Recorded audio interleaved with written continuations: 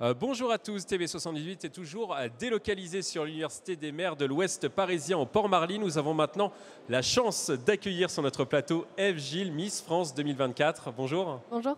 Alors, première question, comment se passe votre journée à l'UMOP? Elle se passe très bien. L'accueil est super et non, c'est déjà un très bon début de journée. Est-ce que vous connaissiez ce salon avant?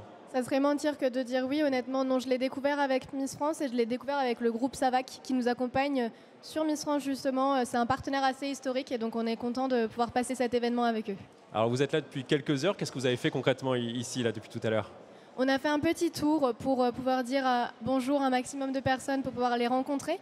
Et ensuite, on s'est posé sur le groupe Savac pour pouvoir continuer les photos et les discussions. C'est important pour vous de rencontrer les maires, les collectivités, et à quoi ça sert finalement, selon vous? Les maires, oui, et les collectivités aussi, parce que c'est ceux qui nous accueillent au quotidien. C'est vrai que sur Miss France, on rencontre beaucoup de monde, donc c'est aussi agréable d'avoir un moment pour leur parler. Vous avez été un petit peu partout en France, du coup vous avez rencontré plusieurs maires, j'imagine. Oui, on rencontre des maires de toute la France. Ça serait mentir que de dire que je me souviens de tous les noms, mais effectivement, on en rencontre énormément. Alors on va parler de vous maintenant et de vos différents projets. Alors vous avez énormément de combats à défendre dans votre vie et différentes passions, et notamment une passion, vous êtes une grande fan des mathématiques, racontez-nous. Oui, j'aime les mathématiques depuis toute petite et j'espère en faire mon métier dans quelques années, une fois que j'aurai fini mes études. C'est une matière et c'est un domaine, le domaine scientifique, c'est quelque chose qui m'a toujours énormément attirée et je trouve qu'il n'y a pas assez de femmes dans ces combats et donc j'essaie à mon échelle, de peut-être leur montrer cette voie, leur dire que ce n'est pas un truc d'homme et c'est aussi accessible aux femmes et donc on peut y aller, il ne faut pas avoir peur.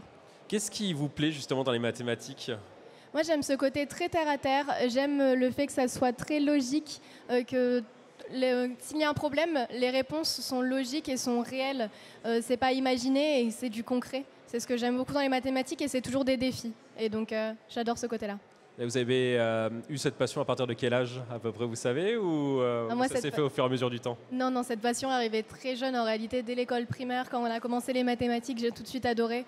Au début, ça me challengeait d'aller plus vite que les autres pour faire des calculs et au final, après, je me suis amusée sur des problèmes un peu plus intéressants. Alors vous avez 21 ans, je crois savoir que vous aimeriez poursuivre vos études après Miss France. Est-ce que c'est le cas et pourquoi continuer ces études? Oui, j'aimerais pouvoir continuer mes études. Je vais reprendre tout doucement l'année prochaine, soit pour partir dans les statistiques au niveau économique ou alors des statistiques au niveau médical.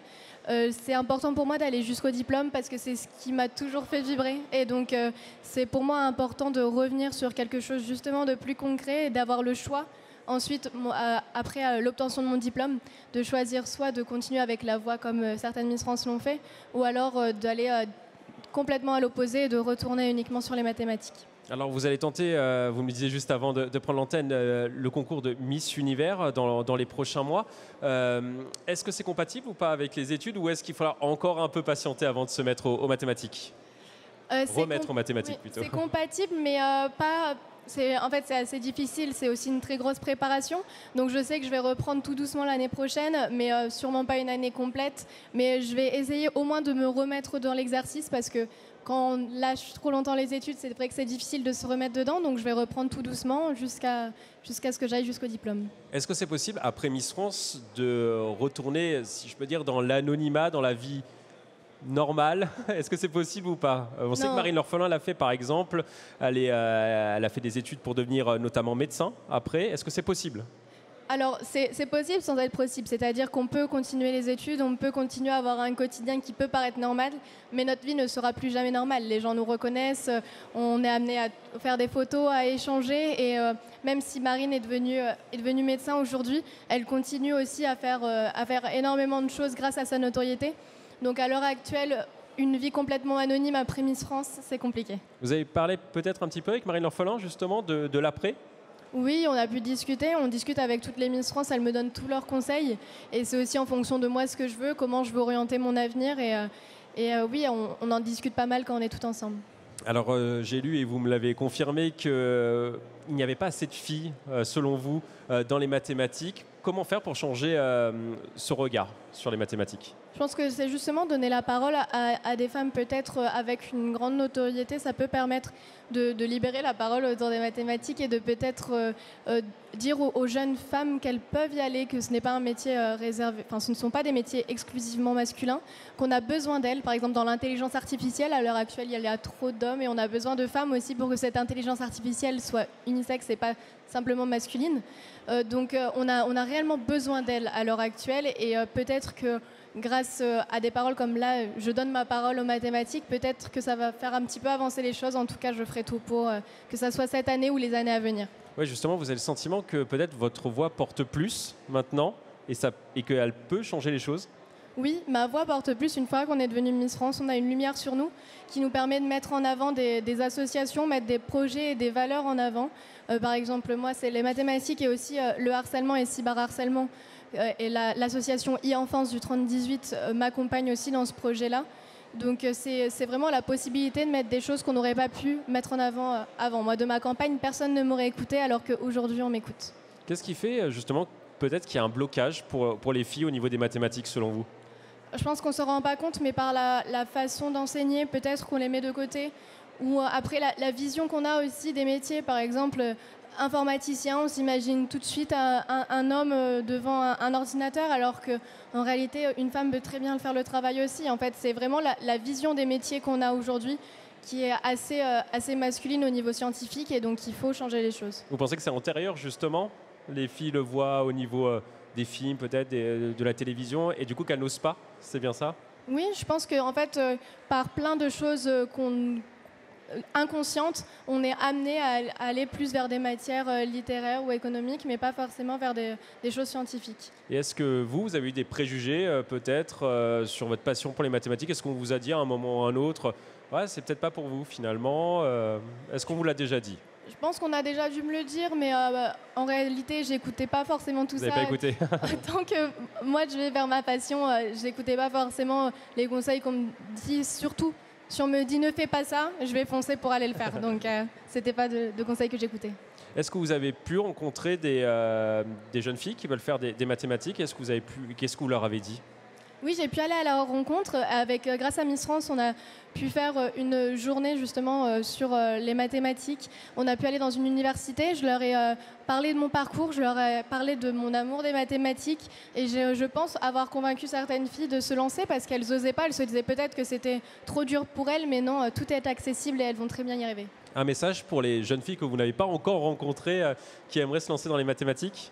Et il ne faut pas qu'elles aient peur, il faut oser aller vers les projets qui leur tiennent à cœur et ne laisser personne nous dire quoi faire et justement faire ce dont elles ont envie. Et si demain elles veulent faire des mathématiques, alors qu'elles y aillent. Alors on va maintenant parler d'une autre thématique qui vous tient particulièrement à cœur, le cyberharcèlement. Alors c'est l'un de vos combats, alors pourquoi vous voulez dénoncer ce problème ? Parce que pour moi, les victimes restent encore beaucoup dans le silence. On a du mal à parler et on a du mal à communiquer autour du harcèlement et du cyberharcèlement. Et je pense que c'est bien de libérer la parole parce que ces victimes sont des victimes, justement. Elles ne sont coupables de rien et ce n'est pas de leur faute que ça se passe. Et aujourd'hui, elles ont besoin d'écoute. Et si on a la capacité de leur donner cette écoute, alors il faut les aider. Ça vous tient vraiment à cœur, plus depuis que vous êtes Miss France ou même avant Miss France ? C'est des sujets d'actualité qui tiennent à cœur, je pense, à toutes les Miss France, de la même manière que, par exemple, l'environnement est un sujet sur lequel on parle toutes. Mais oui, depuis que je suis Miss France, je suis beaucoup plus sensibilisée au cyberharcèlement parce qu'avec cette notoriété, on comprend plus ces enjeux et puis on les voit en direct parce que, comme beaucoup le savent, juste après mon couronnement, il y a eu un déversement de haine autour de moi et c'est à ce moment-là que je me suis vraiment rendu compte que moi j'étais accompagnée, la société Miss France était là pour m'épauler pendant cette épreuve, mais certaines personnes ne sont pas épaulées et sont seules et en fait justement c'est cette solitude qui peut être problématique dans le harcèlement. Comment on peut faire pour lutter contre le cyberharcèlement justement à votre avis ? Il faut en parler. Il faut, par exemple, le 3018, c'est un numéro d'écoute, mais c'est également une plateforme. Il y a une application sur laquelle on peut envoyer des messages si on est victime de cyberharcèlement. ils pourraient supprimer certains commentaires ou alors nous accompagner. Il y a des professionnels de santé, il y a des professionnels qui sont là pour écouter et pour donner toutes les clés pour pouvoir lutter contre ce harcèlement. Et comment vous avez lutté à votre échelle, hein, vous-même, contre ce cyberharcèlement? Est-ce que vous avez été entouré? Est-ce que vous êtes peut-être mise dans une bulle, peut-être? Comment ça s'est passé? J'ai été très entourée, je me suis mise aussi dans une bulle toute seule et en fait, il y avait toujours des gens autour de moi pour en parler. En fait, d'en parler, ça m'a vraiment énormément libérée, ça m'a permis de relativiser sur tout ce qui s'est passé et oui, comment dire, j'ai aussi eu aucun mal à bloquer des personnes, à supprimer des commentaires. En fait, il y a des choses qu'on se dit, oui, on va quand même pas faire ça. Ben si, en fait. Si c'est pas normal, alors on n'a pas besoin d'exposer ces commentaires à tout le monde, on peut les supprimer. J'imagine qu'il faut être forte mentalement pour être Miss France. Vous le confirmez? Il faut être forte mentalement parce que c'est une responsabilité que de représenter le pays, que ce soit à l'intérieur même du pays ou alors à l'étranger. J'ai pu faire des articles pour le Daily Mail ou le Times et c'est assez exceptionnel pour moi d'avoir cette notoriété aussi légère à l'étranger et je suis assez contente de ça. Mais en fait, c'est le réel poids de l'écharpe parce qu'on a une voix qui porte et il ne faut pas la faire porter sur n'importe quoi. Il faut être consciente de nos actes et consciente de ce qu'on est et de ce qu'on représente. Oui, justement, votre parole est peut-être plus prise en compte sur le cyberharcèlement, vu que vous avez l'écharpe, la couronne. Est-ce que vous avez ce sentiment-là? Oui, aujourd'hui, ma voix est écoutée, comme je disais tout à l'heure, de ma campagne. En réalité, que je dise quelque chose ou que je ne le dise pas, ça ne changeait pas grand-chose, alors qu'à l'heure actuelle, si j'ai envie de parler d'un sujet qui me tient à cœur, on va m'écouter, on va me donner l'opportunité de la mettre en lumière, de la mettre en avant et de vraiment avoir un poids sur mes mots qui sont plus importants que si je n'avais pas eu cette écharpe. Est-ce que vous allez continuer ce combat après Miss France? On sait que ça va s'arrêter dans quelques semaines, quelques mois. Oui, pour moi, le combat ne fait que commencer. Et en réalité, après Miss France, je sais que mon emploi du temps, je vais le gérer moi-même. Donc, ça sera beaucoup plus simple pour moi de le mettre en avant et de prendre plus le temps autour de ces sujets qui me tiennent à cœur. Et donc, je vais pouvoir vraiment m'engager à plus grande échelle. Merci à vous pour votre venue sur ce plateau. Ève Gilles, on va vous laisser profiter de cette 21e édition de l'IMOP. Merci au public, aux téléspectateurs d'avoir regardé cette interview. Interview disponible en replay sur notre site internet. Très bonne journée sur TV78.